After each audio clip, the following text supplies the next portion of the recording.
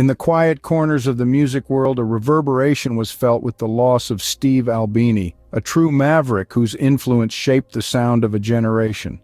A man whose vision transcended the norms of the music industry, leaving an indelible mark on the fabric of alternative rock.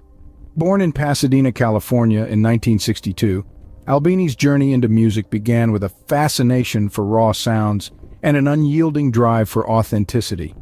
His early days were spent with the punk rock band Big Black, where he began to hone his skills not just as a musician, but as an engineer who could capture the visceral energy of a live performance in the studio. As the 80s gave way to the 90s, Albini's reputation grew with his distinct approach to recording. Eschewing the title of a producer, he preferred to see himself as an audio engineer, a facilitator who helped bands capture their true sound. This philosophy brought him to work with Nirvana on their final studio album, In Utero.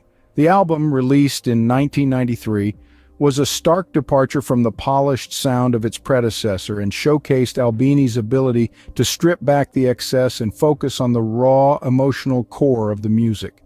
Albini's work wasn't confined to the giants of the era. He also shaped the sounds of lesser-known bands, bringing a level of care and precision to each project that made him a beloved figure among musicians. His credits include albums for PJ Harvey, the Pixies, and countless others who sought his unorthodox methods and clear vision. Beyond the studio, Albini was a vocal critic of the mainstream music industry. His essay, The Problem with Music, critiqued the exploitative practices of major labels, and he championed a more artist-friendly approach. This advocacy for artistic integrity over commercial success won him admirers far beyond those he worked with directly.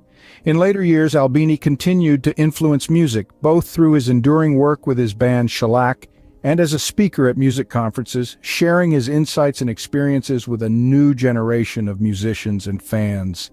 His studio, Electrical Audio in Chicago, became a pilgrimage site for bands seeking the authentic Albini recording experience. Steve Albini's passing marks the end of an era, but his legacy is far from silent. His commitment to artistic integrity and his contributions to music continue to resonate through the albums he crafted and the artists he inspired.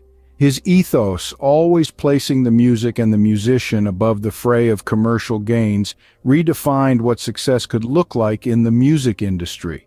And so, as the echoes of his influence continue to shape music, we remember Steve Albini not just for the albums he produced, but for the countless musicians he empowered and the fans he inspired to listen a little deeper. His legacy, much like his approach to music, remains profound, pure, and undeniably authentic.